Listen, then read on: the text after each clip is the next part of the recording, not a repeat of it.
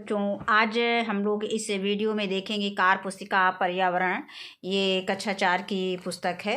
तो इसमें आज हम लोग देखेंगे पाठ 14 लतिका की डायरी। ये हमारा परिवेश है, पर्यावरण। तो इसमें इसके पहले हम लोगों ने पाठ 13 तक की वीडियो देख लिया है। आज हम लोग ये कार पुस्तिका भरेंगे, पाठ 14। तो इसमें पहला प्रश्न दिया गया है कि लतिका नीचे दिए गए दोनों चित्र को देखती है, तो बताइए कि दोनों चित्रों में क्या अंतर है। तो हम देख रहे हैं कि जो बाईं तरफ है, ये बीच में सड़क दिखाई गई है। इसमें जो है बाएं तरफ बने चित्र में दोनों ओर कोई आवास नहीं है। ये बीच में रोड है, इधर भी आवास नहीं है, इधर भी आवास नहीं है। और जो इधर चित्र दिखाया गया है, इसमें दोनों तरफ आवास दिखाए गए हैं, बीच में रोड दिखाए गए हैं। तो वही हमको लिख देना है इसमें कि बाएं तरफ बने चित्र में सड़क के दोनों ओर कोई आवास नहीं है, जबकि दाहिनी तरफ बने चित्र में सड़क के दोनों तरफ आवास बने हैं। अपने घर से स्कूल तक पहुंचने का रेखा चित्र बनाइए। तो इसमें बच्चों अपने आप स्कूल का चित्र बनाना है। पहले घर बना देना है और घर के बाद फिर स्कूल का चित्र बना देना है। और जिस रास्ते से आप जाते हो, मान लीजिए कि ये आपका घर है, ये घर बनाना है आपको। घर आप अपने आप से बहुत अच्छा बना सकते हैं। इसमें हमने एक दिखा दिया है कि हाँ, ये माना कि ये घर है। और ये घर से हमें कहाँ जाना है, स्कूल जाना है। अब रास्ते में आप जिस टेढ़े मेढ़े रास्ते से गुजरते हो, रास्ते में जैसे कुछ भी मिलता है तो उसको आप बना सकते हैं। पेड़ पौधे या कोई भी स्थान मिलता है तो आप उसको बना सकते हैं। और इस तरह से आप रास्ते से, मतलब घर से स्कूल पहुंचने का रास्ता इसमें बना सकते हैं। इसके बाद आगे आपका प्रश्न दिया गया है, प्रश्न संख्या 3, कि आप कक्षा में जहां बैठे हैं उसके आधार पर नीचे पूछे गए प्रश्नों के उत्तर दीजिए। तो आपकी बाईं तरफ क्या है। तो आप जैसे कक्षा में बैठे हैं, आपकी बाईं तरफ क्या है, ब्लैक बोर्ड है कि कुर्सी है कि मेज़ है, कि मतलब कोई चार्ट लगा हुआ है कि कोई बच्चा बैठा हुआ है, ये आपको लिखना है। यानी आप कक्षा में जहाँ बैठे हैं, अब जैसे आप कक्षा में बैठे तो कक्षा की बाईं तरफ क्या है, जो भी हो, ऑफिस हो या कोई कमरा हो, जो भी हो, आपको यहाँ पे लिख देना है। फिर आपकी दाईं तरफ क्या है, आपकी दाहिनी तरफ क्या है, वो आपको लिख देना है। इसके बाद इसमें बच्चों की बात तो नहीं की जा रही है। आपसे पूछे कि आप कक्षा में जहाँ बैठे हैं उसके आधार पर नीचे पूछे गए प्रश्नों के उत्तर दीजिए। तो आपकी बाईं तरफ क्या है, तो जो भी कोई वस्तु को प्रदर्शित करना है। फिर आपकी दाईं तरफ क्या है, तो इसमें भी कुछ बताना है आपको। फिर आपके सामने की तरफ क्या है, कि सामने की तरफ अक्सर ब्लैक बोर्ड ही होता है स्कूल में, तो हम ब्लैक बोर्ड लिख सकते हैं। आपके पीछे की तरफ क्या है, पीछे की तरफ दीवार पर अगर पेंटिंग की गई है या कोई मतलब कुछ भी हो, जो भी हो, आप उसको इसमें लिख सकते हैं। इसके बाद आता है लतिका की डायरी। रेखा चित्र को देखकर पूछे गए प्रश्नों का उत्तर लिखिए। तो यहाँ पे अब ये जो चित्र बनाया गया है, ये दिशा को प्रदर्शित करता है। अब इसमें ऊपर हमारा हो जाता है उत्तर, नीचे दक्षिण हो जाता है, इधर पूरब हो जाता है, इधर पश्चिम हो जाता है। तो इसी के आधार पर हमको ये जो रेखा चित्र बना हुआ है, इसके आधार पर हमको देखना है। तो यहाँ पे ये कविता का घर है और ये हमारा प्राणी संग्रहालय है, ये ग्रीन रोड है, ये सिटी लॉज है, और यहाँ पर ये क्या है, OMR रोड है। और इसके बाद ये लेक रोड है, ये हिरण बाग है, ये पुस्तकालय है, और ये है गुरु नगर रोड, और ये मंदिर है, ये LG ऑफिस है, और यहाँ पे है GST कोड है, और यहाँ पे है खेल का मैदान है। तो इससे संबंधित जो भी प्रश्न पूछे गए हैं उनका उत्तर हमको देना है। तो यहाँ पे हम देखते हैं अगले पेज पे, लतिका को सुबह मंदिर से कविता के घर जाना है, जिसे तीर से दिखाया गया है। तो बताइए कि रास्ते में इसमें से क्या पड़ेगा। तो हम चित्र को देखेंगे तो हम देखेंगे कि उसमें पुस्तकालय पड़ेगा। फिर इसके बाद खा आता है कि प्रदीप शाम को गुरुनगर रोड से हिरण बाग जा रहा था, तो सूरज अस्त के समय प्रदीप किस तरफ देखेगा। तो हमने उसमें देखेंगे तो उसमें दिखाई देगा कि बाईं तरफ देखेगा। इसके बाद आता है कि मनन पुस्तकालय से ग्रीन रोड की ओर निकलता है, तो सिटी हॉल उसकी किस दिशा में आएगा, दाहिनी तरफ आएगा। प्राणी संग्रहालय कविता के घर की किस दिशा में स्थित है, तो दक्षिण दिशा में स्थित है। इसके बाद आता है अंगा सुमन को LG ऑफिस से GST रोड जाना है, तो वह किस दिशा में मुड़ेगी, पश्चिम दिशा में मुड़ेगी। इसके बाद अगला आता है कि लतिका मंदिर प्रांगण में होती है, वहाँ से गुरुनगर रोड की ओर जाते हुए वह सूरज को उगता हुआ देखती है, तो पुस्तकालय उसकी किस दिशा में होगा? तो ये जो है उत्तर दिशा में होगा। अगला प्रश्न इसमें आता है कि एलजी ऑफिस ओएमआर रोड की दक्षिण में पड़ता है, तो बताइए कि ग्रीन रोड एलजी ऑफिस के किस ओर पड़ेगा? तो ये पश्चिम दिशा में पड़ेगा। आगे आता है लतिका की डायरी। इसी में आगे का पार्ट है कि यदि आप किसी मानचित्र में कोई जगह दिखाना चाहते हैं तो क्या उस जगह का नाम लिखना बेहतर है या संकेत देना, क्यों? यदि हमें किसी मानचित्र में कोई जगह दिखाना चाहते हैं तो उस जगह का संकेत देना होगा, क्योंकि मानचित्र में जगह कम होती है, तो यानी हम उस स्थान को उसका नाम लिखना बेहतर है या संकेत देना? तो नाम लिखने से अच्छा है, क्योंकि उस नाम की कई चीज़ें हो सकती हैं, लेकिन अगर हम उसका संकेत दे देंगे कि यहाँ खेत है, यहाँ बाग है, यहाँ स्कूल है, जो भी हो, यहाँ पेट्रोल पंप है, तो उसे हमें एक तो मैप में बहुत छोटा होता है, तो हम संकेत से अगर बता देंगे तो छोटे मैप में हम हर चीज़ को दिखा सकते हैं, छोटे से स्थान पे हर चीज़ को हम उसमें नामांकन मतलब चित्रांकन कर सकते हैं। अब अगला दिया गया है, आगे इसमें प्रश्न दिया गया है कि दिए गए स्थानों को मानचित्र में दर्शाने के लिए ज़्यादातर किन चिन्हों यानी रंगों का उपयोग होता है? चिन्ह बनाइए। तो पर्वत दिया गया है, पर्वत भूरे रंग का होता है, क्योंकि ये माउंटेन है, तो इसको हम एम से प्रदर्शित कर सकते हैं। फिर आता है नदी, नदी नीला रंग होता है, इसको रिवर, इसको आर लिख सकते हैं। अस्पताल हॉस्पिटल यानी एच, इसको इसमें अगर हम कहीं रास्ते में देखे होंगे तो जो ये अस्पताल का जो चिन्ह बना होता है वो प्लस लगा होता है, लाल चिन्ह का, लाल रंग का चिन्ह प्लस का बना होता है जोड़ का, तो ये रेड जो है लाल रंग जो है ये क्या बताता है कि यहाँ आसपास कहीं अस्पताल है। इसी तरह से हम देखते हैं कि रेल मार्ग, रेल मार्ग में एक लाइन ऐसे खींची होती है, उसमें छोटी छोटी लाइनें क्रॉस होती हैं, तो वो हमारी काली कटी लाइनें होती हैं, ये काले रंग से दिखाया देता है, तो ये होता है रेल मार्ग। इसके बाद आता है पर्वत, पर्वत वो माउंटेन यानी भूरे रंग का होता है, तो इसको भूरे रंग से दिखाते हैं। आइलैंड होता है ये भूरा या हरा, इसको मैप में दिखाया जाता है। इसके बाद आगे आता है नदी, नदी को नीला रंग यानी पानी, पानी को नीला से प्रदर्शित करते हैं। इसके बाद आता है जंगल, जंगल चूंकि हरियाली का प्रतीक होता है, वहाँ पर जंगल पेड़ पौधे हरे भरे होते हैं, तो हरे रंग से दिखाते हैं। नक्शे का उत्तर दिशा, ये उत्तर हमने पहले भी बताया था शुरुआत में कि हमारा सबसे ऊपर उत्तर होता है, नीचे दक्षिण होता है, और ये दाहिनी तरफ जो है पूरब होता है और बाईं तरफ पश्चिम होता है। तो यहाँ पे कह रहे हैं नक्शे की उत्तर दिशा कहाँ होती है? ऊपर की तरफ उत्तर होती है। अब अगला दिया गया है कि पानी, पानी को नीला रंग से दिखाते हैं, वनस्पति को हम हरा रंग से दिखाते हैं। अगला प्रश्न है, नीचे एक नक्शे में एक क्षेत्र को दर्शाया गया है, नक्शे में तीर 2 किसको दिखाया गया है? तो यहाँ पे तीर 1 दिखाया गया है, 2 दिखाया गया है, 3 दिखाया गया है, 4 दिखाया गया है। तो यहाँ पे हम देखते हैं कि तीर 2 जो है एक झील को दिखाया गया है, तो यहाँ पे हम झील में टिक कर देंगे। आगे आता है लतिका की डायरी, अगला उसी का पार्ट है। पहला प्रश्न इसमें दिया गया है कि नक्शा बनाते समय कौन सी बात का ध्यान रखना चाहिए? तो उत्तर है दिशा का, चिन्ह का, मानक का और उपरोक्त सभी, तो इसमें हम सभी बातों का ध्यान रखेंगे। अगला प्रश्न है, मानचित्र की सहायता से हम क्या क्या पता लगा सकते हैं? पर्वत, नदी, जंगल, अस्पताल, रेल मार्ग, वनस्पति, आइलैंड, पानी आदि का पता मानचित्र की सहायता से लगा सकते हैं। अगला प्रश्न है कि मैं और मेरे दोस्त आगरा घूमने गए हैं, तो नक्शा हमारे लिए कैसे उपयोगी होगा? नक्शा हमें उस गंतव्य स्थान तक आसानी से पहुंचाने में मदद करेगा, रास्ता भटकने का कोई डर नहीं रहेगा।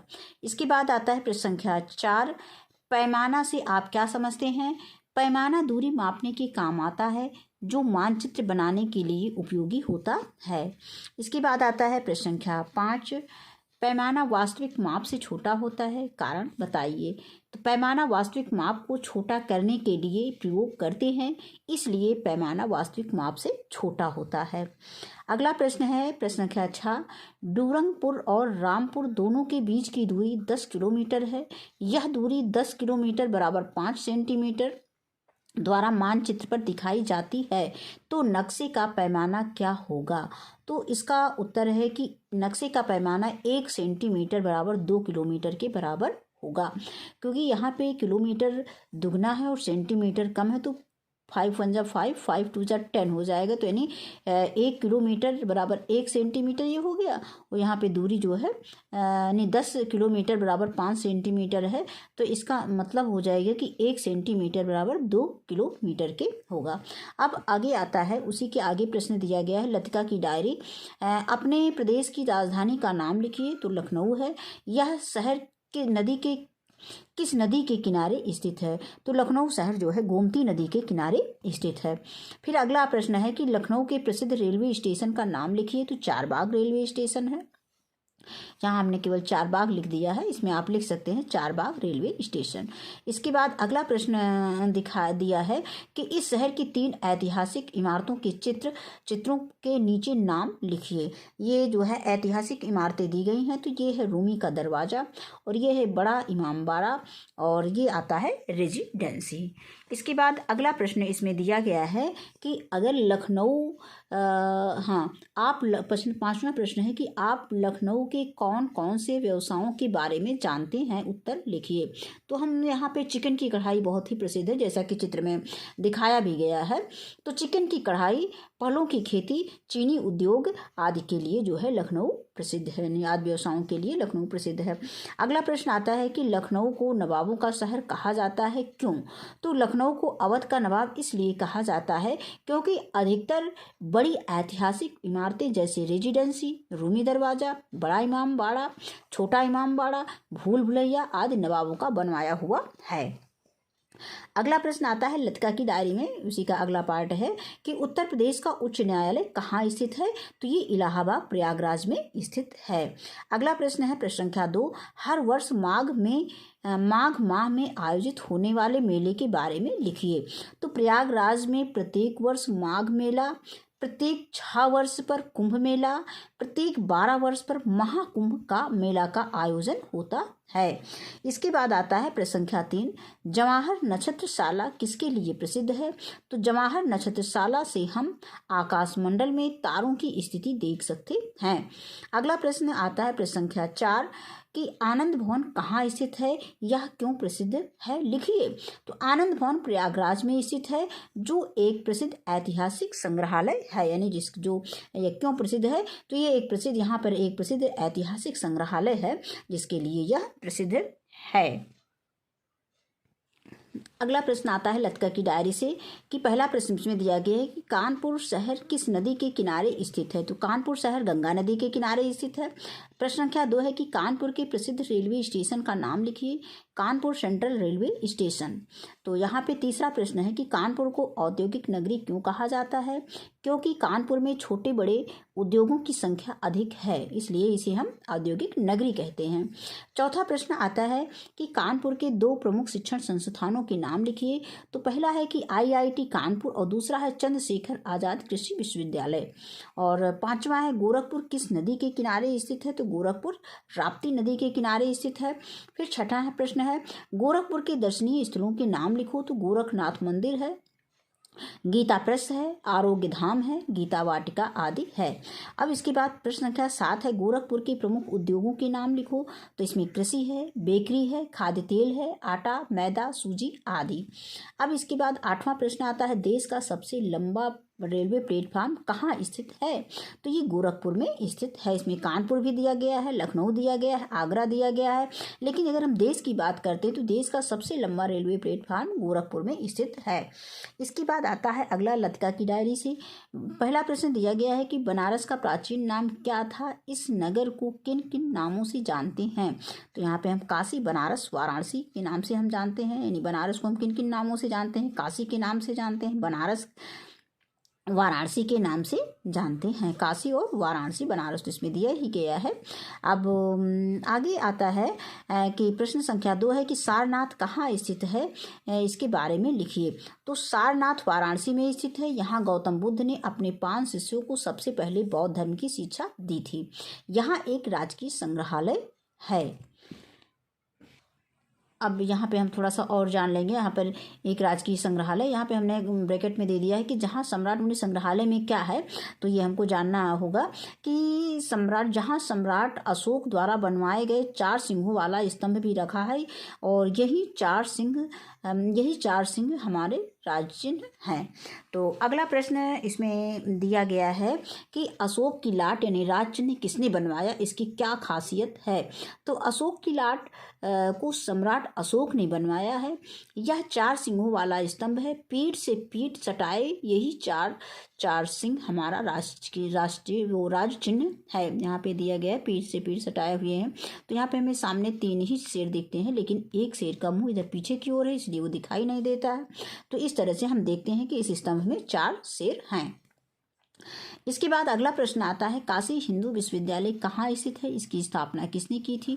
तो बनारस में स्थित है, यानी काशी हिंदू विश्वविद्यालय कहाँ स्थित है, बनारस में स्थित है। इसकी स्थापना महामना मदन मोहन मालवीय ने की थी। अगला प्रश्न आता है प्रश्न संख्या 5 कि बनारस के प्रसिद्ध उद्योगों के बारे में लिखिए। तो वाराणसी के सबसे प्रसिद्ध उद्योगों में बनारसी साड़ियाँ हैं। यहाँ जरी और रेशम का काम होता है, जैसा कि बनारसी साड़ियाँ चित्र में दिखाया गया है। इसके बाद अगला प्रश्न लतिका की डायरी से आता है कि नीचे दी गई ऐतिहासिक इमारतों को देखकर प्रश्नों के उत्तर लिखिए। तो चित्र में हम देखते हैं कि यहाँ पे ताजमहल का चित्र दिखाया गया है। तो इसका नाम, जो ऐतिहासिक इमारत है, इसका नाम हम ताजमहल लिख देंगे। किस शहर में स्थित है, हम जानते हैं कि ताजमहल आगरा में स्थित है। किसने बनवाया था, शाहजहां ने बनवाया था। इसके बाद अगला चित्र इसमें दिया गया है कुतुब मीनार का। चित्र को ध्यान से देखिए तो इसमें कुतुब मीनार दिखेगा। अब ये किस शहर में स्थित है, दिल्ली में स्थित है। किसने बनवाया था, कुतुबुद्दीन ऐबक ने बनवाया था। अब अगला प्रश्न है कि मथुरा, प्रश्न संख्या 2 है कि मथुरा किसके लिए प्रसिद्ध है। तो मथुरा भगवान श्री कृष्ण के जन्म के लिए प्रसिद्ध है। मथुरा में भगवान श्री कृष्ण का जन्म हुआ था। और इसके बाद आता है प्रश्न संख्या 3, झांसी किसके लिए प्रसिद्ध है। तो झांसी रानी लक्ष्मीबाई से संबंधित है। इसके लिए रानी लक्ष्मीबाई के नाम से जाना जाता है, मतलब। अब आगे आता है प्रश्न संख्या 4, कौन सा इमारत भगवान बुद्ध से संबंधित है। तो सांची का स्तूप भगवान बुद्ध से संबंधित है। अगला प्रश्न दिया है लतिका की डायरी से कि नीचे दी गई तालिका में कुछ शहरों के नाम लिखे हैं, उनके सामने वहां की प्रसिद्ध चीजों इमारतों के नाम लिखिए। शहर दिया गया है, फिर प्रसिद्ध चीजें और इमारतें दी गई हैं। तो लखनऊ में चिकन के कपड़े यानी चिकन का काम, और इमामबाड़ा भूल भुलैया आदि है। और इसके बाद आगरा पेठा के लिए प्रसिद्ध है और ताजमहल के लिए प्रसिद्ध है। मथुरा श्री कृष्ण जन्मस्थली है। मथुरा का पेड़ा और वाद्य यंत्र के लिए मथुरा प्रसिद्ध है। कानपुर में चमड़ा उद्योग जेके मंदिर के लिए प्रसिद्ध है। इसके बाद झांसी में झांसी का किला राजकीय संग्रहालय स्थित है। गोरखपुर में सबसे बड़ा रेलवे स्टेशन है। इसके बाद अगला प्रश्न आता है प्रश्न संख्या 2, स्वयं द्वारा की गई किसी यात्रा का वर्णन अपने शब्दों में लिखिए। तो रायबरेली से अयोध्या बस द्वारा यात्रा हमने किया, और अयोध्या में राम मंदिर, कनक भवन, दशरथ महल, नागेश्वर नाथ व सरयू घाट का दर्शन किया। तो ये आपने जहाँ का भी यात्रा किया हो उसका आप वर्णन कर सकते हैं। ये तो मैंने एक छोटी सी यात्रा के बारे में हमने लिख दिया है। अब अगला प्रश्न आता है कि निम्नलिखित बोलियां व भाषाएं किन जगहों पर बोली जाती हैं, पता करिए और लिखिए। तो इसमें भाषा दिया गया है, फिर बोले जाने वाले क्षेत्र और जिले दिए गए हैं। तो ब्रज भाषा ब्रज क्षेत्र में बोला जाता है। ब्रज क्षेत्र में कौन कौन से शहर आते हैं, आगरा है, मथुरा है, मैनपुरी है आदि। इसके बाद अवधि अवध क्षेत्र में बोला जाता है। अवध क्षेत्र में कौन कौन से शहर हैं, कानपुर, लखनऊ, रायबरेली आदि। इसके बाद बुंदेली बुंदेलखंड में बोली जाती है। झांसी, ललितपुर आदि शहरों में बोली जाती है। इसके बाद कुमायूं है, कुमायूं गढ़वाल में बोली जाती है। भोजपुरी बिहार क्षेत्र और पूर्वी उत्तर प्रदेश में भोजपुरी बोली जाती है। तो यहीं पर हमारा ये पाठ जो है समाप्त होता है। और वीडियो देखने के लिए बहुत बहुत धन्यवाद।